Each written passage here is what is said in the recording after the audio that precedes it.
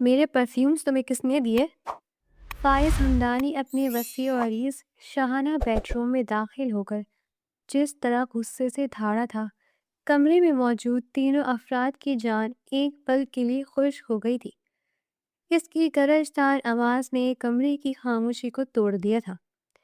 اس کی سیاہ عقابی نگاہیں سیدھی ان دو ننھے مجرموں پر پڑی تھی جو ڈریسنگ ٹیبل کے سامنے کھڑے اس کی انتہائی قیمتی اور امپورٹڈ پرفیومز کے کلیکشن کو نہ صرف بے دردی سے چھیڑ رہے تھے بلکہ ان کی خوشبو چیک کرنے کے بہانے پورے کمرے کو ایک تیز خمار آلود مہک سے بھر چکے تھے۔ فائز کو اپنی چیزوں، خاص طور پر اپنی پرسنل سپیس میں کسی کی مداخلت زہر لگتی تھی، اور اس وقت اپنے کمرے کا یہ حشر دیکھ کر اس کی رگوں میں خون کھولنے لگا تھا۔ فائز کی آواز سن کر دونوں کزن ایک دم گھبرا گئے۔ ان کے چھوٹے چھوٹے ہاتھ کانپنے لگے اور ایک کے ہاتھ سے تو پرفیوم کی بوتل گرتے گرتے بچی۔ نشان آپ ہی نے دیے فائز بھائی، علی نے بمشکل اپنا تھوک نگلتے ہوئے ہکلاتے ہوئے جواب دیا اور فوراً پرفیوم واپس ٹیبل پر رکھ کر 2 قدم پیچھے ہٹ گیا۔ علی کے اس جواب پر فائز نے اپنی خونخوار نگاہوں کا زاویہ بدلا اور سیدھا کمرے کے وسط میں کھڑی نشا کو دیکھنے لگا۔ اس کی آنکھوں میں سلگتی آنکھ واضح تھی۔ نشا، جس سے اس کا نکاح پچھلے ماہ ہی خاندان کے بڑوں کی ضد، خاص طور پر دادو کی سخت فیصلے کے تحت ہوا تھا، اس وقت اپنے گلابی ہونٹوں کو دانتوں تلے دبائے بظاہر بڑی معصومیت سے کھڑی تھی۔ کس کی اجازت سے تم نے ان کو میرے پرفیوم دیے؟ وہ لمبے لمبے ڈھک بھرتا اس کے بالکل سامنے آ کر رکا۔ اس کا لہجہ انتہائی اشتعال انگیز اور کاٹدار تھا۔ اس کا 6 فٹ سے نکلتا ہوا قد، چوڑی جسامت اور چہرے پر پھیلی غضبناک سنجیدگی کسی کو بھی خوفزدہ کرنے کے لیے کافی تھی۔ بچے اسے اتنے قریب سے غصے میں دیکھ کر باقاعدہ کانپنے لگے تھے اور انہوں نے سہم کر نیشا کی قمیض کا پلو پکڑ لیا تھا۔ نیشا کا دل بھی ایک لمحے کو اس کی ہیبت سے زور سے دھڑکا تھا، لیکن وہ ہمدانی ولا کی وہ لاڈلی تھی جسے دادو نے سر پر چڑھا رکھا تھا۔ اس نے خود کو فوراً کمپوز کیا، اپنی بڑی بڑی غلافی آنکھیں پٹ پٹائیں اور گردن ذرا سی اکڑا کر اس کی آنکھوں میں دیکھتے ہوئے بولی، مجھے کسی کی اجازت کی ضرورت نہیں ہے۔ دادو نے کہا ہے اب سے یہ روم میرا بھی ہے اور اس کی ہر چیز بھی۔ وہ اپنی بات مکمل کر کے ایک لمحہ بھی وہاں نہیں رکی۔ فائز کا پارا مزید ہائی ہونے سے پہلے ہی اس نے دونوں بچوں کو ہاتھ پکڑے اور وہاں سے باہر کی طرف دوڑ لگا دی۔ نشا، فائز نے دانت پیستے ہوئے اسے پیچھے سے پکارا، لیکن وہ تب تک کمرے سے فرار ہو چکی تھی۔ فائز نے بے بسی اور شدید غصے سے اپنے بال نوچے۔ اس لڑکی نے پچھلے 1 مہینے سے اس کے دماغ کی دہی بنا کر رکھی تھی۔ نکاح کیا ہوا تھا جیسے دادو نے اسے اس کی زندگی کا عذاب بنا دیا تھا۔ وہ اپنی مرضی کی ملکہ، ہر وقت اپنی منمانی کرنے والی ضدی لڑکی تھی، اور فائز ہمدانی جو اپنی اصول پرستی اور ڈسپلن کے لیے پورے خاندان اور بزنس کمیونٹی میں مشہور تھا، اس طوفانی لڑکی کو سنبھالنے میں خود کو بے بس محسوس کر رہا تھا۔ اس نے غصے سے ڈریسنگ ٹیبل پر بکھرے پرفیومز کو واپس ان کی جگہ پر پٹخا اور واش روم کی طرف بڑھ گیا۔ آج کا دن ویسے ہی آفس میں بہت تھکا دینے والا تھا، اور گھر آتے ہی اس لڑکی نے اس کا موڈ مزید خراب کر دیا تھا۔ دوپہر سے شام اور پھر رات کا پہر آن پہنچا تھا۔ ہمدانی ولا میں رات کی تاریکی کے ساتھ ہی ایک گہری خاموشی چھائی گئی تھی۔ سردیوں کی آمد تھی، اس لیے رات کی ہوا میں ایک ہلکی سی خنک سی سردی گھلی ہوئی تھی۔ آسمان پر چاند پوری آب و تاب سے چمک رہا تھا، جس کی دودھیاں چاندنی ولا کے وسیع و عریض لان میں بچھے سبز مخملی گھاس پر پڑ کر ایک سحر انگیز منظر پیش کر رہی تھی۔ نشا کے لیے نیند آنکھوں سے کوسوں دور تھی۔ صبح والے واقعے کے بعد وہ سارا دن فائز کے سامنے نہیں آئی تھی۔ دادو کے کمرے میں چھپ کر یا کچن میں وقت گزار کر اس نے خود کو فائز کی نظروں سے بچائے رکھا تھا۔ اسے معلوم تھا کہ فائز ہمدانی کا غصہ کیسا ہے، لیکن پھر بھی اسے تنگ کرنے میں جو مزہ اسے آتا تھا وہ کسی اور کام میں نہیں تھا۔ مگر اب رات کی تنہائی میں اسے صبح کی اپنی بہادری پر تھوڑی سی شرمندگی محسوس ہو رہی تھی۔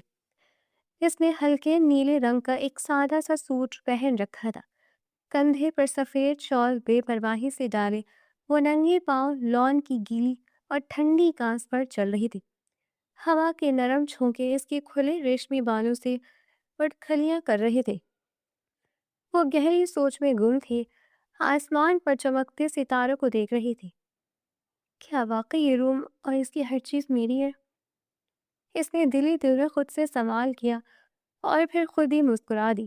دادو کی باتوں نے اس میں ایک عجیب سا اعتماد بھر دیا تھا، لیکن فائز کی وہ غصے سے بھری سرخ آنکھیں یاد کر کے اس کی مسکراہٹ سمٹ گئی تھی۔ لان کے ایک کونے میں لگے چمبیلی کے پودوں سے اڑتی مسحور کن خوشبو نے ماحول کو مزید رومانوی اور پراسرار بنا دیا تھا۔ نشا ابھی لان کے وسط میں ہی پہنچی تھی کہ اسے محسوس ہوا جیسے کوئی اس کے پیچھے ہے۔ اس سے پہلے کہ وہ پلٹ کر دیکھتی، ایک بھاری مانوس اور تیز مردانہ پرفیوم کی خوشبو، وہی پرفیوم جس پر صبح ہنگامہ تھا، اس کی ناک سے ٹکرائی۔ اس کے دل نے ایک بیٹ مس کی۔ اس سے پہلے کہ وہ کچھ سمجھتی، کسی کے مضبوط اور فولادی بازو نے پیچھے سے اس کی پتلی کمر کو اپنے سخت ہستان میں لیا اور ایک ہی زوردار جھٹکے سے اسے اپنے سینے کے ساتھ لگا دیا۔ آہ! نشا کے منہ سے ایک بے ساختہ دبی دبی سی چیخ نکلی۔ اس کی پیٹھ فائز کے چوڑے اور مضبوط سینے سے ٹکرا رہی تھی۔ فائز کا ایک ہاتھ اس کی کمر پر سختی سے کسا ہوا تھا، اس قدر سختی سے کہ نشا کو لگا اس کی سانسیں پسلیوں میں ہی کہیں اٹک گئی ہیں۔ رات کی خنکی کے باوجود فائز کے جسم کی تپش اسے اپنے وجود میں اترتی ہوئی محسوس ہو رہی تھی۔ نشا نے گھبرا کر مڑنے کی کوشش کی، لیکن فائز کی گرفت بہت مضبوط تھی۔ اس نے اپنا چہرہ جھکا کر نشا کے کان کے بالکل قریب کر لیا۔ اس کی گرم اور تیز سانسیں نشا کی گردن کے حساس حصوں کو چھو رہی تھی، جس سے نشا کے پورے وجود میں سنسنی دوڑ گئی۔ اب بتاؤ۔ فائز کی آواز رات کی خاموشی میں ایک گہری، بھاری اور گمبھیر سرگوشی کی طرح گونجی، جس میں غصے کی تپش بھی تھی اور ایک عجیب سا نامعلوم سا احساس بھی تھا۔ اس روم میں کیا کیا تمہارا ہے؟ اس کا لہجہ اتنا خطرناک، اتنا مسحور کن اور اس قدر قریب تھا کہ نشا کی سیٹی بالکل گم ہو گئی۔ صبح جو زبان قینچی کی طرح چل رہی تھی، اس وقت وہ تالو سے چپک گئی تھی۔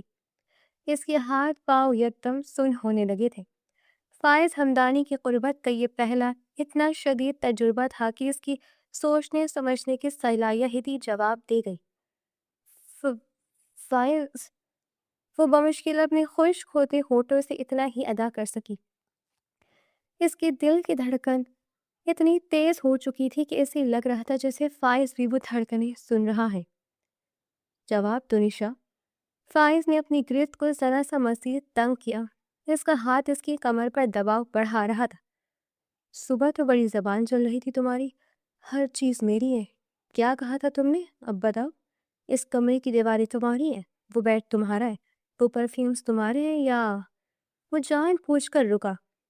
اس کے ہونٹ نشا کی کان کی لو کو تقریباً چھو رہے تھے۔ یا وہ شخص جو اس کمرے میں رہتا ہے وہ بھی تمہارا ہے؟ نشا کے اندر جیسے ہزاروں بجلیاں ایک ساتھ گونج گئی۔ فائز کے اس جملے نے اس کے وجود میں ایک ایسی ہلچل مچا دی تھی جس کا اس نے کبھی تصور بھی نہیں کیا تھا۔ اس کے گال شرم اور حیا کی شدت سے دہکنے لگے۔ وہ نظریں جھکائے فائز کے بازو پر اپنے کانپتے ہوئے ہاتھ رکھ کر اس سے خود سے دور کرنے کی ناکام کوشش کرنے لگی۔ مجھے چھوڑے، خود دیکھ لے گا۔ اس کی آواز اتنی مدھم تھی کہ بمشکل فائز تک پہنچی۔ دیکھنے دو، فائز نے انتہائی بے نیازی اور رونے سے کہا، مگر اس کی گرفت میں ذرا بھی ڈھیل نہیں آئی۔ اپنی بیوی کو پکڑا ہے، کسی غیر کو نہیں، اور تم نے ابھی تک میرے سوال کا جواب نہیں دیا۔ دادو کی دیوی ملکیت کے نشے میں تم یہ بھول گئی ہو نشا کہ فائز ہمدانی اپنی چیزوں پر کسی کا حق برداشت نہیں کرتا، سوائے اس کے جسے وہ خود حق دے۔ اس نے نشا کو ہلکا سا گھما کر اپنے سامنے کیا۔ چاند کی روشنی میں نشا کا چہرہ کسی مرمر کے مجسمے کی طرح چمک رہا تھا۔ اس کی بڑی بڑی آنکھوں میں اس وقت شرارت اور ضد کی جگہ سراسیمگی اور ایک عجیب سا خمار تھا۔ فائز کی گہری سیاہ آنکھیں نشا کے چہرے کا طواف کر رہی تھی۔ وہ جو صبح اسے کچا چبا جانے والی موج میں تھا، اب اس کے چہرے پر ایک پرسکون لیکن خطرناک سی مسکراہٹ کھیل رہی تھی۔ میں میں نے تو بس بچوں کے کہنے پر… نشا نے نظریں چرانے کی کوشش کی۔ اسے لگ رہا تھا کہ اگر اس نے مزید فائز کی آنکھوں میں دیکھا تو وہ واقعی بے ہوش ہو جائے گی۔ شش! فائز نے اپنی ایک انگلی اس کے کانپتے ہوئے ہونٹوں پر رکھی اور اسے خاموش کروا دیا۔ اس کی لمس کی گرمی نے نشا کو سر سے پیر تک جلا دیا۔ اب کوئی بہانہ نہیں، تم نے میرے پرفیومز کو ہاتھ لگایا میری اجازت کے بغیر، اور اس کی سزا تمہیں ملے گی۔ کیسی سزا؟ نشا نے ڈرتے ڈرتے معصومیت سے اس کی طرف دیکھا۔ اس کا دل سینے کی پسلیاں توڑ کر باہر آنے کو بیتاب تھا۔ فائز مسکرایا، ایک ایسی مسکراہٹ جس نے ہمدانی ولا کے سرد مزاج بارش کی تمام تر سختی کو پگھلا دیا تھا۔ اس نے اپنا چہرہ مزید جھکایا، اس قدر قریب کہ دونوں کی سانسیں آپس میں الجھنے لگیں۔ سزا یہ ہے کہ…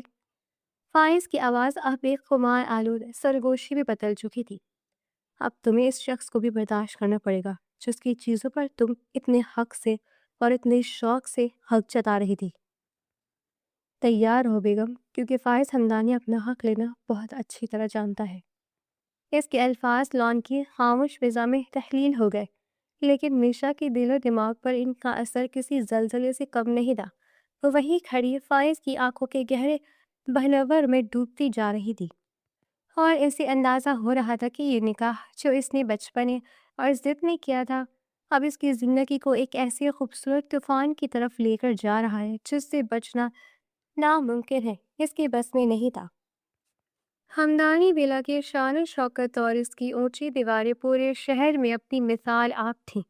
اس پستی اور عریض حویلی نما گھر میں 3 خاندان ایک ساتھ ایک ہی چھت کے تلے نہایت محبت اور اتفاق سے آباد تھے۔ گھر کی بنیادوں میں جتنا مضبوط سیمنٹ تھا، اتنی ہی مضبوط اس گھر کی مکینوں کی آپس میں محبت تھی۔ گھر کے سب سے بڑے بیٹے جلال ہمدانی تھے، جن کے 2 بیٹے فائز ہمدانی اور عائز ہمدانی تھے، اور ایک بیٹی نتاشا تھی۔ فائز گھر کا سب سے بڑا اور باوقار چشم چراغ تھا، جس نے کم عمری میں ہی خاندانی بزنس کا سارا بوجھ اپنے مضبوط کاندھوں پر اٹھا لیا تھا۔ دوسرے نمبر پر حارث ہمدانی کا خاندان تھا، جن کی اکلوتی اولاد نشا تھی۔ نشا ہمدانی ولا کی وہ پہلی بیٹی تھی جو بڑی منتوں، مرادوں اور دعاؤں کے بعد پیدا ہوئی تھی، اسی لیے وہ پورے گھر کی آنکھ کا تارا تھی۔ سب کی جان اس میں بستی تھی، خاص طور پر گھر کی سب سے بڑی اور بااختیار ہستی بیگم عائشہ ہمدانی، یعنی سب کی دادو۔ دادو کے لیے تو نشا جیسے ان کے بڑھاپے کا سب سے خوبصورت کھلونا تھی۔ سب سے چھوٹے بیٹے مختار ہمدانی تھے، جن کے ہاتھ جڑواں بیٹوں علی اور ولی کی ولادت ہوئی تھی۔ 12 برس کے دونوں شریر لڑکے گھر بھر کا سکون غارت کرنے میں کوئی کسر نہیں چھوڑتے تھے۔ وہ ذرا اٹک کر بیٹھنے والے بچوں میں سے نہیں تھے، اور ان کی سب سے زیادہ بنتی بھی نشا سے تھی۔ نشا گو کی عمر میں ان سے بڑی تھی، لیکن اس کی اپنی فطرت میں بھی انتہا کی شرارت اور چلبلا پن کوٹ کوٹ کر بھرا تھا۔ یہ تینوں مل کر ہمدانی ولا میں وہ ادھم مچاتے تھے کہ بعض اوقات ملازمین بھی کانوں کو ہاتھ لگانے لگتے، لیکن ان سب شرارتوں کے بیچ نشا کی ذات کا ایک ایسا پہلو بھی تھا جس سے وہ خود بھی پوری طرح ناواقف تھی۔ نشا بچپن سے ہی اپنے کزن فائز ہمدانی سے بے حد متاثر تھی۔ فائز کا وہ روب دار، سنجیدہ اور کم وہ انداز نشا کو ہمیشہ ایک سحر میں مبتلا رکھتا تھا۔ جب نشا کالج میں تھی تو اکثر اسے پڑھائی میں مشکل پیش آتی، خاص طور پر حساب اور فزکس میں۔ گھر میں چونکہ فائز سب سے زیادہ لائق تھا، اس لیے حارث صاحب اکثر نشا کو فائز کے پاس بھیجتے تھے۔ فائز بھائی، یہ ذرا مجھے سمجھا دے۔ نشا اپنی کتابیں سینے سے لگائے ڈرتے ڈرتے فائز کی اسٹڈی روم میں داخل ہوئی۔ فائز جو اپنے لیپ ٹاپ پر کسی اہم پروجیکٹ پر کام کر رہا ہوتا، اپنی اینک اتار کر اسے ایک گہری نظر سے دیکھتا۔ یہاں رکھو کتاب، اور دھیان ادھر دینا، کل کی طرح ادھر ادھر کی باتوں میں وقت ضائع مت کرنا۔ اس کی آواز میں وہی مخصوص سختی ہوتی جو نشا کے دل کی دھڑکنیں تیز کر دیتی۔ جب فائز اسے سوال سمجھا رہا تھا تو نشا کی نظریں کتاب کے بجائے فائز کے چہرے پر جمی ہوتی۔ اس کی گھنی پلکیں، اس کا سیدھا ناک اور بات کرتے ہوئے اس کی ماتھے پر پڑنے والی شکنیں، نشا اسے دیکھ دیکھ کر بلا وجہ شرماتی رہتی۔ اسے فائز کی قربت میں ایک عجیب سا تحفظ اور کشش محسوس ہوتی تھی، اور نشا کی یہ چوری، یہ چھپی ہوئی محبت کی نگاہیں ایک دن دادو کی عقابی نظروں نے پکڑ لی۔ ایک شام دادو فائز کی کمرے کی طرف سے گزر رہی تھی جب انہوں نے دروازے کے در سے دیکھا کہ فائز کسی فائل کا مطالعہ کر رہا ہے، اور نشا جو بظاہر نوٹس بنا رہی تھی پین منہ میں دبائے پلکیں چھپکائے بغیر فائز کو دیکھے جا رہی تھی۔ اور جب فائز نے اچانک سر اٹھا کر اسے ٹوکا تو نشا کا چہرہ ٹماٹر کی طرح سرخ ہو گیا اور وہ ہڑبڑا کر کتاب میں گھس گئی۔ دادو کے ہونٹوں پر ایک معنی خیز اور گہری مسکراہٹ ابھر آئی۔ انہیں اپنی لاڈلی پوتی کے دل کا حال سمجھنے میں ایک سیکنڈ بھی نہیں لگا۔ ہمدانی ولا کا ڈائننگ ہال ہمیشہ کی طرح روشن تھا۔ لمبی سی میز پر پورا خاندان جمع تھا۔ دادو ہمیشہ کی طرح میز کے سربراہ پر جمان تھی۔ ان کی دائیں جانب جلال صاحب اور بائیں جانب حارث صاحب تھے۔ بچے اور باقی گھر والے اپنی اپنی نشستوں پر تھے۔ فائز خاموشی سے اپنا کھانا کھا رہا تھا جبکہ نشا علی اور ولی کے ساتھ پیروں کے نیچے سے ایک دوسرے کو ٹھڈے مارنے میں مصروف تھی۔ اچانک دادو نے پانی کا گلاس میز پر رکھا اور اپنا گلا کھنکھارا۔ ہال میں چھائی ہلکی پھلکی گفتگو کی آوازیں ایک دم تھم گئی۔ سب کی توجہ دادو کی طرف مرکوز ہو گئی۔ مجھے تم سب سے ایک بہت ضروری بات کرنی ہے۔ دادو کی آواز میں ایک ایسا حتمی پن تھا جو کسی بڑے فیصلے کی نوید دے رہا تھا۔ جی اماں، خیریت تو ہے؟ جلال صاحب نے لقمہ ہاتھ میں روکے تشویش سے پوچھا۔ دادو نے ایک تائرانہ نگاہ پوری میز پر ڈالی اور پھر ان کی نظریں نشا اور فائز پر آ کر ٹھہر گئی۔ نشا جو ابھی تک ایک ہاتھ سے ولی کی کرسی کھینچ رہی تھی، دادو کی سنجیدگی دیکھ کر سیدھی ہو کر بیٹھ گئی۔ خیریت ہے؟ میں نے ایک فیصلہ کیا ہے، اور جیسا کہ تم سب جانتے ہو ہمدانی ولا میں میری بات آخری ہوتی ہے۔ دادو نے تمہید باندھی۔ میں نے طے کیا ہے کہ آنے والی جمعے کو نشا اور فائز کا نکاح ہوگا۔ ڈائننگ ہال میں گویا کسی نے بم گرا دیا تھا۔ پن ڈراپ سائلنس چھا گیا۔ چمچوں اور پلیٹوں کے ٹکرانے کی آوازیں مکمل طور پر بند ہو گئی۔ سب کے چہروں پر شدید حیرت، جھٹکا اور بے یقینی تھی۔ سب سے پہلا رد عمل حارث صاحب کی طرف سے آیا۔ اماں، یہ آپ کیا کہہ رہی ہیں؟ نشا تو ابھی بہت چھوٹی ہے، اس کی تو پڑھائی بھی پوری نہیں ہوئی، اور اتنی اچانک۔ ہاں اماں، حارث ٹھیک کہہ رہا ہے۔ جلال صاحب نے بھی اپنی بھائی کی تائید کی۔ فائزہ ماشاءاللہ اپنے پیروں پر کھڑا ہے، لیکن بچی ابھی بہت چھوٹی ہے، اور پھر جمعہ، آج منگل ہے، 3 دن میں کیسے سب کچھ ہوگا؟ میں نے نکاح کا کہا ہے، رخصتی کا نہیں۔ دادو نے تحکمانہ انداز میں ہاتھ اٹھا کر دونوں بیٹوں کو خاموش کروایا۔ نشا کی پڑھائی نکاح کے بعد بھی جاری رہ سکتی ہے، اور جہاں تک چھوٹی ہونے کی بات ہے تو وہ اب بچی نہیں رہی، ماشاءاللہ جوان ہے۔ اسی دوران نشا کی حالت دیکھنے والی تھی۔ اس کا دل اس قدر زور سے دھڑک رہا تھا کہ اسے لگا جسے باہر آ کر گر پڑے گا۔ اس کا چہرہ شرم حیا کی شدت سے اس قدر سرخ ہو گیا کہ جیسے ابھی خون ٹپک پڑے گا۔ اس نے فوراً اپنی نظریں جھکا دی۔ اس کی انگلیاں میز پوش کی بے دردی سے مڑوڑنے لگیں۔ اسے اپنے کانوں پر یقین نہیں آ رہا تھا۔ اس کی سب سے بڑی، سب سے ناممکن سی خواہش یہ اچانک پوری ہونے جا رہی تھی۔ دوسری طرف فائز کی کیفیت بالکل مختلف تھی۔ وہ جیسے پتھر کا ہو گیا تھا۔ اس نے اپنی گہری سیاہ آنکھیں اٹھا کر ایک بار نشا کو دیکھا جو اس وقت سر جھکائے ہونٹ کاٹے بیٹھی تھی، اور پھر اس نے دادو کی طرف دیکھا۔ اس کا جبڑا سختی سے بھنج گیا تھا۔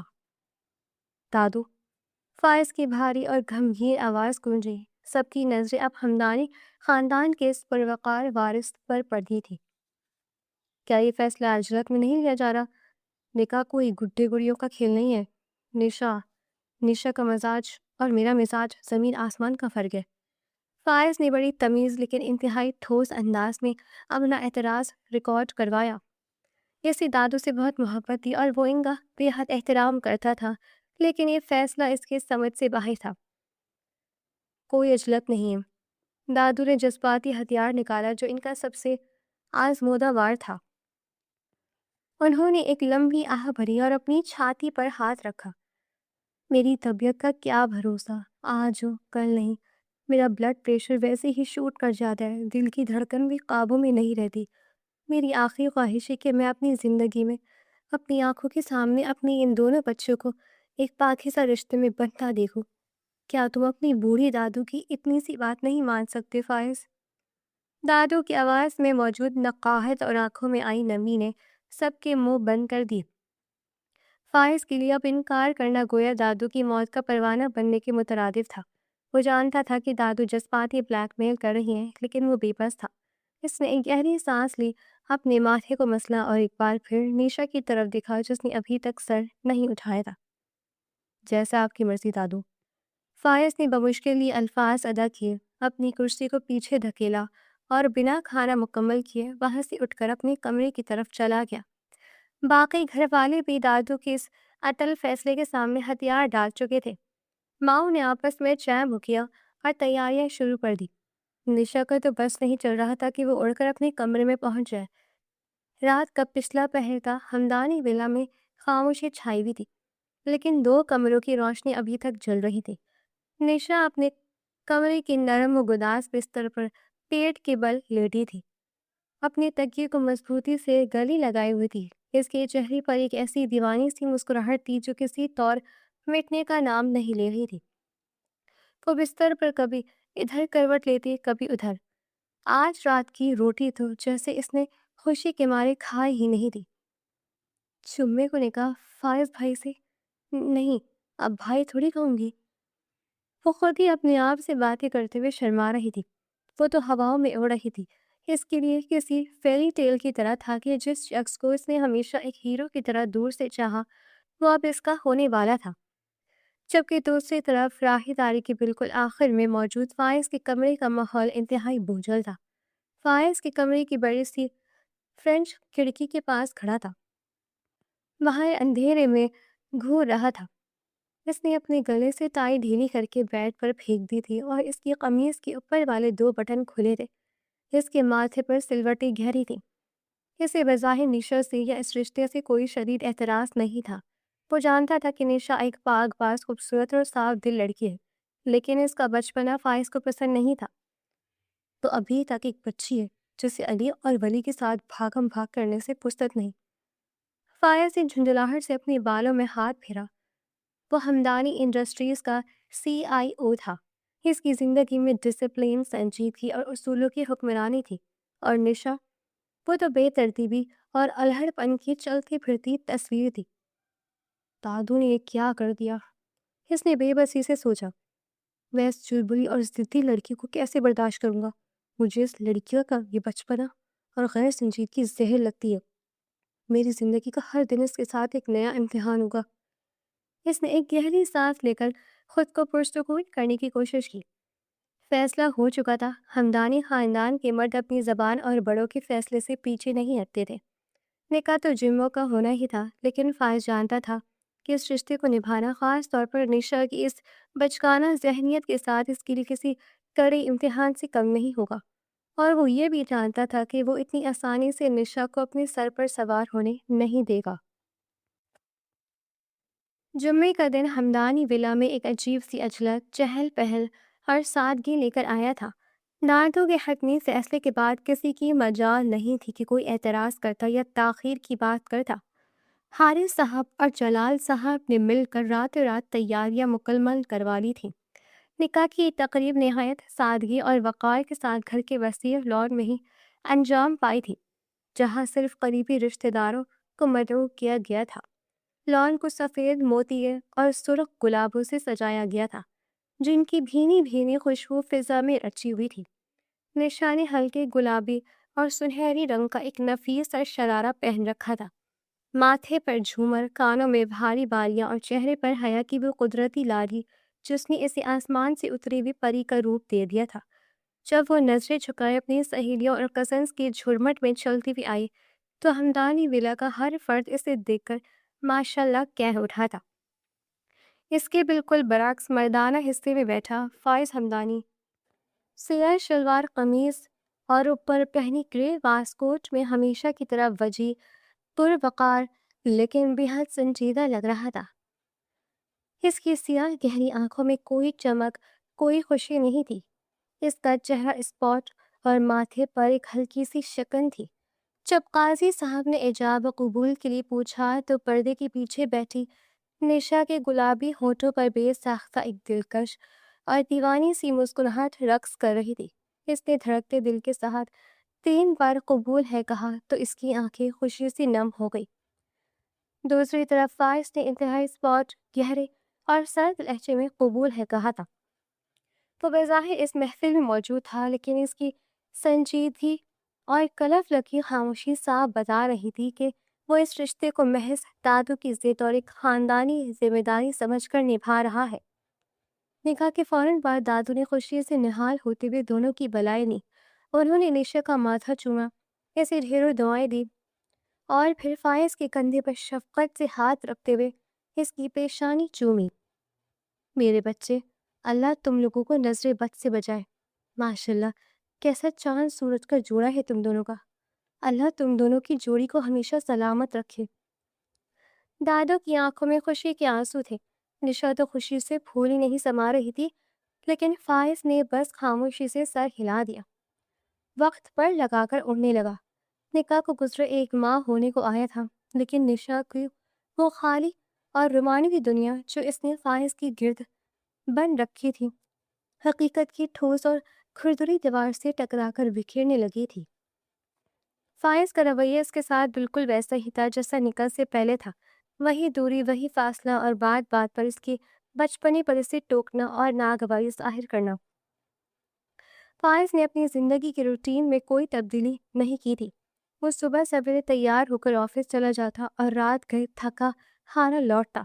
اگر نشا اس کے کمرے میں جا کر اس سے بات کرنے کی کوشش بھی کرتی تو وہ ہوں ہاں میں مختصر سا جواب دے کر دوبارہ اپنے لیپ ٹاپ اور فائلوں میں غرق ہو جاتا۔ نشا کی کوئی شرارت، کوئی بات اسے مسکرانے پر مجبور نہیں کر پاتی تھی۔ یہ بے رخی نشا کے لیے ناقابل برداشت ہوتی جا رہی تھی۔ ایک دوپہر جب فائز آفس میں تھا اور گھر کے باقی لوگ آرام کر رہے تھے، نشا روحان سے صورت بنائے لب بھینجے سیدھی دادو کے کمرے میں جا پہنچی۔ کیا ہوا میری گڑیا کو؟ یہ منہ کیوں اتنا ایسا نکلا ہوا ہے؟ دادو نے اپنی تسبیح سرہانے رکھتے ہوئے بڑی شفقت سے اسے اپنے پاس بیڈ پر بٹھایا۔ دادو، فائز وہ مجھ سے ٹھیک سے بات ہی نہیں کرتے۔ نشا نے اپنے دوپٹے کے پلو کو انگلیوں پر لپیٹتے ہوئے روحان سے لہجے میں شکایت کی۔ ایسا لگتا ہے جیسے انہیں میرے ہونے یا نہ ہونے سے کوئی فرق ہی نہیں پڑتا۔ وہ ہر وقت اپنے کام میں، اپنے لیپ ٹاپ میں الجھے رہتے اور مجھے تو دیکھتے تک نہیں۔ مجھے لگتا ہے انہیں یہ نکاح پسند ہی نہیں آیا، وہ مجھ سے تنگ ہے۔ دادو نے مسکرا کر اس کے گلابی گال تھپتھپائے۔ انہیں نشا کی اس معصوم سے شکایت پر پیار آ گیا۔ پگلی، مردوں کا پیار دکھانے اور محسوس کرنے کا انداز ہم عورتوں سے بہت مختلف ہوتا ہے۔ فائز شروع سے ہی کم گو حد درجے کا سنجیدہ اور کام سے کام رکھنے والا لڑکا ہے۔ تم یہ کیوں بھول جاتی ہو کہ اب تم صرف اس کی کزن یا اس گھر کی چھوٹی بچی نہیں ہو، تم اس کی منقوہ ہو، اس کی بیوی ہو۔ تمہیں کیا کروں دادو، وہ تو مجھے اپنے قریب بھی پھٹکنے نہیں دیتے۔ اگر میں ان کے کمرے میں جاؤں بھی تو مجھے ایسے گھرتے جیسے میں نے کوئی جرم کر دیا ہو۔ نشا نے مایوسی اور بے بسی سے کہا۔ بیوی کو اپنی جگہ شوہر کے دل میں خود بنانی پڑتی ہے میری جان۔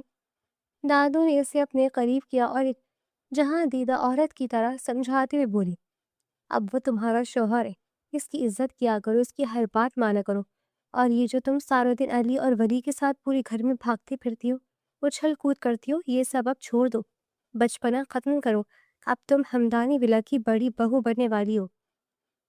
نشا خاموشی سے دادو کی باتیں سن رہی تھی۔ جاؤ، آج کے بعد اس کے کمرے کی صفائی خود کیا کرو، ملازموں پر مت چھوڑو، اس کی الماری سیٹ کرو، اس کے کپڑے استری کرو، اس کی ضرورتوں کا خیال رکھو۔ جب تم اس کی ذاتی کام اپنے ہاتھ سے کرو گی، اس کے کمرے کو اپنے ذوق سے سجاؤ گی تو وہ خود تمہاری طرف متوجہ ہوگا۔ تم جتنا اس کے قریب رہو گی، اس کی خدمت کرو گی، آہستہ آہستہ اسے تم سے محبت ہو ہی جائے گی۔ دادو نے اسے کامیابی کا گر سکھایا۔ پھر دادو نے اس کی آنکھوں میں جھانکتے ہوئے وہ بات کہی جس نے نشا کے اندر ایک نیا اور شاید حد سے زیادہ اعتماد بھر دیا تھا۔ اور کان کھول کر سن لو نشا، فائز اور اس سے متعلقہ ہر چیز اب تمہاری ہے۔ تم اس کی بیوی ہو، اس کے کمرے، اس کے کپڑوں، اس کی چیزوں پر تمہارا پورا حق ہے۔ جیسے چاہو اپنا حق استعمال کرو، کسی سے ڈرنے کی ضرورت نہیں ہے۔ یہ تمہارا گھر ہے اور وہ تمہارا شوہر ہے۔ دادو کی باتوں نے نشا کے اندر جیسے ایک نئی روح پھونک دی تھی۔ اس کی ساری مایوسی اور اداسی یکدم غائب ہو گئی اور اس کی جگہ ایک عجیب سے مان، ضد اور اعتماد نے لے لی۔ فائز اور اس کی ہر چیز اب میری ہے، یہ جملہ اس کے دماغ میں نقش ہو گیا تھا۔ اس نے اسی دن سے دادو کے مشورے پر عمل شروع کر دیا۔ وہ سارا دن فائز کے آس پاس منڈلانے لگی، اس کے آفس جانے سے پہلے اس کے کپڑے نکال کر رکھنا، اس کے شوز بیڈ کے پاس رکھنا، اور جب وہ گھر آتا تو ڈائننگ ٹیبل پر اس کے چائے اور کافی کا خود خیال رکھنا۔ فائز نشا کی اس اچانک تبدیلی پر دل میں حیران تو تھا اور شاید کہیں نہ کہیں اسے اچھا بھی لگ رہا تھا، لیکن اس نے اپنے چہرے سے کوئی خاص رد عمل ظاہر نہیں کیا تھا، جس سے نشا اکثر چڑ جاتی تھی۔ اور پھر آج کی صبح وہ واقعہ ہوگا۔ فائز کسی اہم بورڈ میٹنگ کے لیے صبح جلدی نکل گیا تھا، لیکن اسے دوپہر میں واپس آنا تھا۔ نشا بڑے شوق اور لگن سے اس کے وسیع و عریض کمرے کی صفائی کر رہی تھی۔ اس نے فائز کی الماری کو بہترین طریقے سے سیٹ کیا، بستر کی چادر بدلی اور اب ڈریسنگ ٹیبل پر رکھی اس کی مہنگی چیزوں کو صاف کرنے کو ترتیب دے رہی تھی۔ اسے فائز کی چیزوں کو چھوتے ہوئے ایک عجیب سا خمار اور ملکیت کا احساس ہو رہا تھا۔ اسی دوران کمرے کا دروازہ دھڑام سے کھلا اور علی اور ولی طوفان کی طرح اندر داخل ہوئے۔ نشا آپ یہاں کیا کر رہی ہیں؟ چلے نا باہر لان میں کرکٹ کھیلتے ہیں، آج تو دھوپ بھی بہت اچھی ہے۔ علی نے اس کا بازو کھینچتے ہوئے ضد کی۔ نہیں بھائی، مجھے بہت کام ہے، تم لوگ جاؤ یہاں سے، فائز آنے والے ہوں گے، مجھے ان کا کمرہ سیٹ کرنا ہے۔ نشا نے انہیں ٹالنا چاہا اور دوبارہ صفائی میں لگ گئی۔ ولی کی نظر اچانک ڈریسنگ ٹیبل پر رکھے فائز کے مہنگے اور امپورٹڈ پرفیومز کے شاندار کلیکشن پر پڑی۔ اس کی آنکھیں چمک اٹھی۔ واہ آپی، یہ پرفیومز کتنے زبردست اور وی آئی پی ہیں، ہم ایک استعمال کر لیں؟ آج ہمارے دوست آ رہے ہیں، ذرا ان پر امپریشن پڑ جائے گا۔ ولی نے ایک خوبصورت سی سیاہ بوتل اٹھاتے ہوئے التجا کی۔ نشا کو ایک پل کے لیے یاد آئے کہ فائز اپنی ان چیزوں کے معاملے میں کتنا حساس اور اصول پرست اور غصے والا ہے، لیکن اگلے ہی پل سے دادو کی بات یاد آ گئی۔ فائز اور اس کی ہر چیز اب تمہاری ہے، تم جیسے چاہو اپنا حق استعمال کرو۔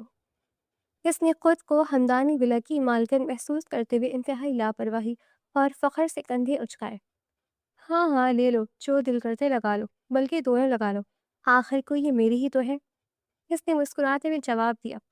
دونوں بچے خوشی سے اچھل پڑے اور پرفیوم کی بوتلیں کھول کر بے دردی سے اپنے اوپر اور ہوا میں چھڑکنے لگے۔ پورے کمرے میں ایک تیز مردانہ اور مسحور کن خوشبو پھیل گئی۔ وہ دونوں خوشبو چیک کرنے میں اتنے مگن تھے اور نشا انہیں دیکھ کر اتنی خوش ہو رہی تھی کہ ان تینوں کو کمرے کا دروازہ کھلنے اور بھاری قدموں کے اندر آنے کی آواز ہی نہیں آئی۔ اور پھر جب نشا نے مڑ کر دیکھا تو اس کی سانسیں وہیں رک گئی۔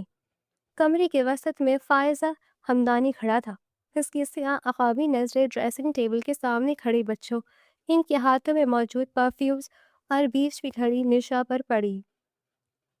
اس کا چہرہ غصے سے سرخ ہو چکا تھا، ماتھے کی رگیں تن گئی تھیں اور آنکھوں میں شعلے بھڑک رہے تھے۔ نشا کا دل سینے میں اس قدر زور سے دھڑکا کہ اسے لگا پسلیاں توڑ کر باہر آ جائے گا۔ اس کی وہ ساری خود اعتمادی، وہ دادو کا دیا ہوا مالکن ہونے کا احساس ایک سیکنڈ میں ہوا ہو گیا۔ فائز کی وہ خونخوار آنکھیں دیکھ کر اس کی جان پر بن آئی تھی۔ وہ بری طرح کانپ رہی تھی اور اسے سمجھ نہیں آ رہا تھا کہ اب کیا کرے۔ شام کا وقت تھا، سورج ڈھل چکا تھا اور گھر میں لائٹس روشن ہو چکی تھی۔ نشا نے آج فائز کی الماری کی تلاش خراش کی تھی، اس کی بکھری ہوئی فائلوں کو ترتیب دیا تھا اور اس کے جوتوں کو پالش کروا کر طریقے سے رکھا تھا۔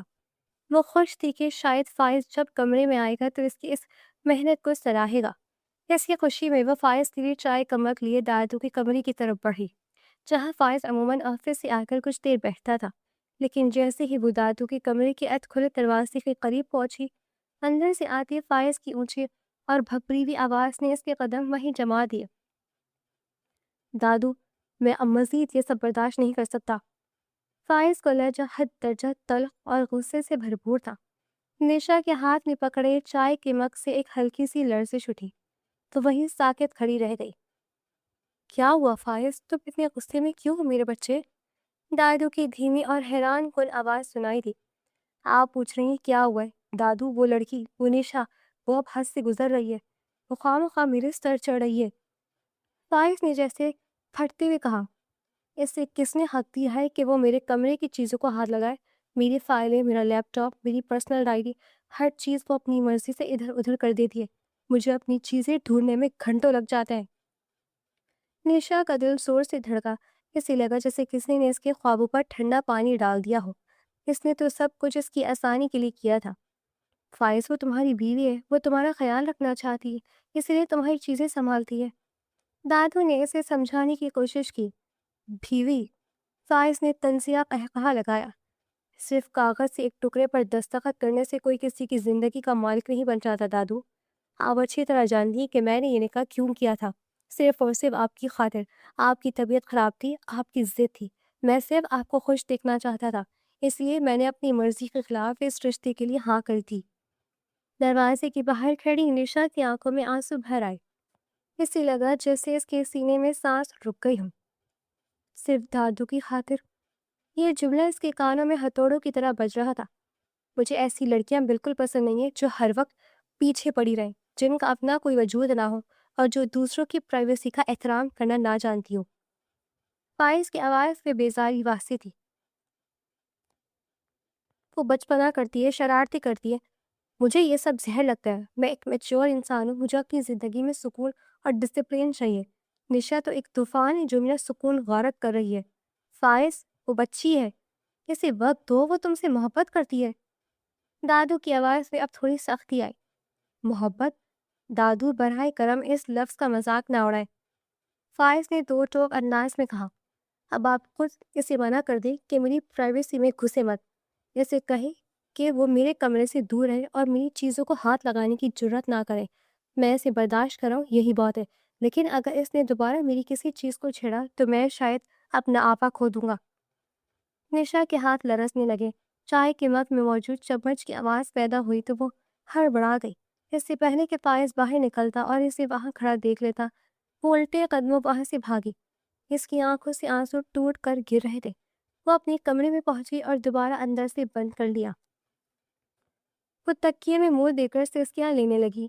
اسے وہ وقت یاد آ رہا تھا جب وہ فائز کو دیکھ کر مسکراتی تھی، جب وہ اس کے لیے تیار ہوتی تھی، جب اس نے سوچا تھا کہ وہ آہستہ آہستہ فائز کے دل میں جگہ بنا لے گی، لیکن آج فائز کے الفاظ نے اس کے مان کا شیشہ چکنا چور کر دیا تھا۔ میں نے یہ نکاح صرف آپ کی خاطر کیا تھا، مجھے ایسی لڑکیاں پسند نہیں، میری پرائیویسی میں مت گھسے۔ یہ الفاظ نشا کے ذہن میں گردش کر رہے تھے۔ اسے اپنی محبت، اپنی کوششوں اور اپنی معصومیت پر رونا آ رہا تھا۔ اسے احساس ہوا کہ وہ جس شخص کے لیے خود کو بدلنے کی کوشش کر رہی تھی، اس کی نظر میں وہ صرف ایک بوجھ اور ایک ایسی لڑکی تھی جو اس کی پرائیویسی میں مخل ہو رہی تھی۔ تھوڑی دیر بعد جب فائز اپنے کمرے میں داخل ہوا تو اسے کمرہ بالکل ویسا ہی ملا جیسا وہ چھوڑ کر گیا تھا، بے ترتیب۔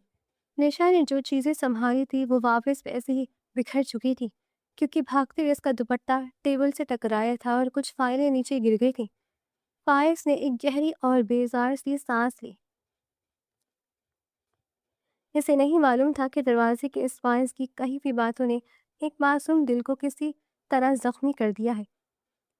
اس رات ہمدانی ولا میں دو لوگ جاگ رہے تھے، ایک غصے اور بیزار کی آگ میں جل رہا تھا اور دوسرا اپنی ٹوٹی ہوئی امیدوں کے ملبے پر بیٹھا اپنی محبت کا سوگ منا رہا تھا۔ نشا نے اس رات ایک فیصلہ کر لیا تھا۔ اگر فائز کو اس کی موجودگی سے اتنی ہی تکلیف تھی تو اب وہ اسے اپنی موجودگی کا احساس تک نہیں ہونے دے گی۔ اس نے تہیہ کر لیا تھا کہ اب وہ کبھی اس کی پرائیویسی میں قدم نہیں رکھے گی، چاہے اس کا اپنا دل کتنا ہی کیوں نہ تڑپے۔ ہمدانی ولا کے در و دیوار ایک بار پھر بڑی تبدیلی کے گواہ بننے والے تھے۔ وہ لڑائی، وہ لان کی وہ سحر انگیز رات اور فائز کا وہ بدلا ہوا لہجہ، ان سب نے نشا کے دل میں ایک عجیب سی ہلچل مچا دی تھی۔ لیکن اسے کیا خبر تھی کہ فائز ہمدانی کے سنجیدہ چہرے کے پیچھے کیا طوفان پل رہا تھا۔ فائز جو اب تک نیشا کو محض ایک ذمہ داری اور ایک جنگلی سی لڑکی سمجھتا تھا، اب محسوس کرنے لگا تھا کہ اس کا بچپنا، اس کی معصوم شرارتیں اور اس کا ہر وقت اس کے آس پاس منڈلانا اس کی زندگی کا لازمی حصہ بن چکا ہے۔ اسے اب نیشا کی عادت ہو گئی تھی۔ آفس میں کام کے دوران بھی اسے اچانک نیشا کی کوئی بات یاد آ جاتی اور اس کے سخت لبوں پر ایک میٹھی سی مسکراہٹ رنگ جاتی۔ اسی لیے جب لندن میں ایک نئے بزنس سیٹ اپ کا موقع ملا تو فائز کا پہلا خیال یہی آیا کہ وہ نیشا کے بغیر نہیں جائے گا، لیکن اسے یہ بھی معلوم تھا کہ اگر اس نے سیدھے سبھاؤ نیشا سے کہا تو وہ یا تو گھبرا جائے گی یا پورے ولا کو سر پر اٹھا لے گی۔ فائز دادو کے پاس بیٹھا تھا، اس کا انداز ہمیشہ کی طرح باوقار تھا، لیکن آنکھوں میں ایک نئی چمک تھی۔ دادو، میں اگلے ہفتے لندن جا رہا ہوں، بزنس کے سلسلے میں وہاں کچھ ماہ قیام کرنا چاہتا ہوں۔ فائز نے بات چھیڑی۔ دادو نے تصویر روکی اور اینک کے پیچھے سے اسے دیکھا۔ تو جلال سے کہہ کر آئس کو ساتھ بھیج دو۔ نہیں دادو، فائز ذرا جھکا اور دبی آواز میں بولا، میں نیشا کو ساتھ لے جانا چاہتا ہوں، اس کی رخصتی کر دیں، میں اسے اکیلا یہاں نہیں چھوڑ سکتا۔ دادو کے چہرے پر ایک فاتحانہ مسکراہٹ پھیل گئی۔ او ہو، تو فائز ہمدانی کو آخر کار ہماری جھلی سی نیشا بھا ہی گئی۔ فائز نے نظریں چرائی اور گلا صاف کیا۔ بس عادت سی ہو گئی اس کی، لیکن ایک شرط ہے، اسے پتہ نہیں چلنا چاہیے۔ وہ سمجھے گی کہ وہ مجھے ایئرپورٹ پر چھوڑنے جا رہی ہے۔ میں چاہتا ہوں کہ یہ سب اچانک ہو، ورنہ وہ یہاں سے نکلتے ہوئے رو رو کر برا حال کر لے گی۔ دادو نے شرارت سے آنکھ ماری۔ تو فکر نہ کر میرے شیر، تیری دادو ابھی زندہ ہے، سامان میں خود پیک کروا دوں گی اور اسے کانوں کان خبر نہیں ہوگی۔ اگلے چند دن ہمدانی ولا میں ایک عجیب سی رازداری چھائی ہوئی تھی۔ نیشا کو بتایا گیا کہ فائز لندن جا رہا ہے، اس لیے گھر میں اداسی کا ماحول بنایا گیا تاکہ اسے شک نہ ہو۔ نیشا کا تو برا حال تھا، وہ خاموش رہنے لگی تھی، یہ سوچ کر کہ فائز کے بغیر ہی ولا اسے کاٹنے کو دوڑے گا۔ رخصتی کے نام پر دادو نے ایک چھوٹی سی دعا کی محفل رکھی اور نیشا کو ایک قیمتی جوڑا پہنا کر تیار کیا، یہ کہہ کر کہ شوہر پردیس جا رہے، اچھے سے تیار کرو اسے، رخصت کرو اسے۔ ایئرپورٹ کے لانچ میں پورا خاندان جمع تھا۔ نیشا کی آنکھیں سرخ تھی، وہ بار بار اپنے دوپٹے کے پلوں سے آنسو پوچھ رہی تھی۔ فائز اپنے پاسپورٹ اور ٹکٹ سنبھالتے ہوئے بار بار نیشا کو دیکھ رہا تھا، جس کی معصومیت پر اسے پیار بھی آ رہا تھا اور ہنسی بھی۔ اپنا خیال رکھیے گا، نیشا نے لرزتی آواز میں کہا جبکہ اس کے ہاتھ ایک دوسرے میں پیوست تھے۔ تم اپنا خیال رکھنا نیشا۔ فائز کا لہجہ بہت دھیما اور گہرا تھا۔ اور ہاں، دادو نے تمہارے لیے کچھ دیا ہے، ذرا وہ بیگ تو دیکھنا۔ اس نے اشارہ کیا جو ملازم نے ابھی ٹرالی پر رکھا تھا۔ نیشا نے حیرت سے بیگ کی طرف دیکھا۔ اسی دوران فلائٹ کا آخری اعلان گونجا۔ اچھا، اب ہم چلتے ہیں۔ فائز نے جلال صاحب اور حارث صاحب سے ہاتھ ملایا، دادو کے سر پر بوسہ دیا اور پھر سب کے سامنے انتہائی وقار کے ساتھ نیشا کا نرم و نازک ہاتھ اپنے مضبوط ہاتھ میں تھام لیا۔ نیشا کا دل اچھل کر حلق میں آ گیا۔ تو فائز بھائی، میرا مطلب ہے فائز، آپ میرا ہاتھ کیوں؟ فائز نے اسے بولنے کا موقع نہیں دیا اور سب کے سامنے بلند آواز میں کہا، خدا حافظ سب کو، میں اپنی امانت اپنے ساتھ لے کر جا رہا ہوں۔ نیشا کی آنکھیں حیرت سے پھیل گئی۔ امانت؟ کیا مطلب؟ میں تو آپ کو سی آف کرنے آئی ہوں۔ دادو زور سے ہنس دی اور نیشا کے کندھے پر تھپکی دی۔ پاگل لڑکی، تیری رخصتی ہو چکی ہے، تیرا سامان، تیرا پاسپورٹ سب فائز کے پاس ہے، اب تو یہاں نہیں، لندن کے ہمدانی ولا میں رہے گی۔ نیشا کے پیروں تلے سے زمین نکل گئی۔ وہ کبھی دادو کو دیکھتی، کبھی اپنے بابا کو جو مسکرا رہے تھے۔ مگر میرا سوٹ، میری جوتیاں، علی اور ولی کہاں ہیں؟ سب جہاز کے غارکوں میں پہنچ چکا ہے بیگم۔ فائز نے ایک جھٹکے سے اسے اپنے قریب کیا اور اس کے کان میں سرگوشی کی۔ اور اب وہاں کوئی علی یا ولی نہیں ہوگا جو میرے پرفیومز کو ہاتھ لگائے، وہاں صرف تم ہوگی، میں ہوں گا اور تمہاری وہ حق ہوگا جو تم مجھ پر جتاتی ہو۔ نیشا کا چہرہ ایک لمحے میں سرخ ہو گیا۔ وہ کچھ کہنا چاہتی تھی، احتجاج کرنا چاہتی تھی، لیکن فائز کی گرفت اتنی مضبوط تھی اور اس کی آنکھوں میں اتنا مان تھا کہ نیشا کے سارے الفاظ ختم ہو گئے۔ فائز نے اس کا ہاتھ تھامے اسے بورڈنگ گیٹ کی طرف لے جانے شروع کیا۔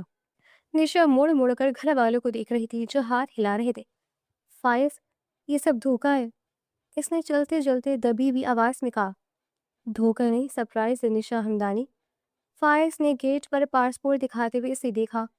اور یاد ہے نا تم نے کہا تھا کہ اس کمرے کی ہر چیز تمہاری ہے، تو لندن والا کمرہ بھی تمہارا ہے، بس شرط یہ ہے کہ وہاں جانے کے لیے تمہیں میرے ساتھ چلنا ہوگا۔ نشا نے ایک گہری سانس لی، اس کا دل ابھی بھی تیزی سے دھڑک رہا تھا، لیکن اب اس دھڑکن میں خوف نہیں بلکہ ایک انوکھی خوشی اور جوش تھا۔ اس نے فائز کے ہاتھ پر اپنی گرفت مضبوط کر لی۔ جیسے ہی وہ جہاز کی سیڑھیوں کی طرف بڑھے، نشا نے فائز کے کندھے سے لگتے ہوئے شرارت سے کہا، ٹھیک ہے میں جا رہی ہوں، لیکن یاد رکھیے گا وہاں لندن میں بھی آپ کے سارے پرفیومز میں ہی استعمال کروں گی۔ فائز نے بے اختیار قہقہہ لگایا، ایک ایسا قہقہہ جو شاید ہمدانی ولا کی مکینوں نے برسوں سے نہیں سنا تھا۔ منظور ہے، تم جو چاہو استعمال کرو، بس خود کو مجھ سے دور مت کرنا۔ اور یوں وہ جھلی سی لڑکی اور مغرور سا فائز ہمدانی ایک نئی زندگی کے سفر پر روانہ ہو گئے، جہاں لندن کی سرد ہوائیں ان کی محبت کی نئی داستان لکھنے کے لیے بے قرار تھیں۔ اس کہانی میں فائز ہمدانی اور نشا کے کردار دو بالکل مختلف مزاجوں کی نمائندگی کرتے ہیں۔ فائز ایک سنجیدہ، اصول پسند اور اپنی حدود کا خیال رکھنے والا شخص ہے، جس کی شخصیت میں وقار اور ذمہ داری نمایاں ہے، مگر اس کی خامی یہ ہے کہ وہ اپنے جذبات کو سختی اور فاصلے کے پیچھے چھپا دیتا ہے، جبکہ نشا ایک معصوم، شوق اور محبت سے بھرپور لڑکی ہے، جو سادہ دل سے اپنے رشتے کو نبھانے کی کوشش کرتی ہے، لیکن اس کی جلد بازی اور حد سے زیادہ بے تکلفی بعض اوقات دوسروں کی حدود کو نظر انداز کر دیتی ہے۔ کہانی ہمیں یہ سکھاتی ہے کہ رشتے صرف حق جتانے یا جذبات چھپانے سے نہیں چلتے، بلکہ سمجھ، صبر اور ایک دوسرے کے مزاج کو قبول کرنے سے مضبوط ہوتے ہیں۔ فائز کا کردار ہمیں یہ احساس دلاتا ہے کہ کبھی کبھی سخت لہجے کے پیچھے بھی دل میں نرم جذبات موجود ہوتے ہیں، جبکہ نشا کا کردار یہ پیغام دیتا ہے کہ سچی محبت ضد نہیں بلکہ برداشت اور وقت کے ساتھ اپنی جگہ بناتی ہے۔ اس کہانی کا اصل پیغام یہی ہے کہ شادی جیسے رشتے میں محبت کے ساتھ ساتھ احترام، حدود کا خیال اور ایک دوسرے کو سمجھنے کی کوشش ضروری ہوتی ہے، کیونکہ جب دو مختلف طبیعتیں صبر اور خلوص کے ساتھ ایک دوسرے کو قبول کر لیتی ہیں تو وہی رشتہ زندگی کا سب سے خوبصورت سہارا بن جاتا ہے۔ اور آپ کو یہ کہانی کیسی لگی؟ پڑھ کر اپنی رائے کا اظہار کیجیے گا اور چینل کو سبسکرائب کر لیں۔ شکریہ۔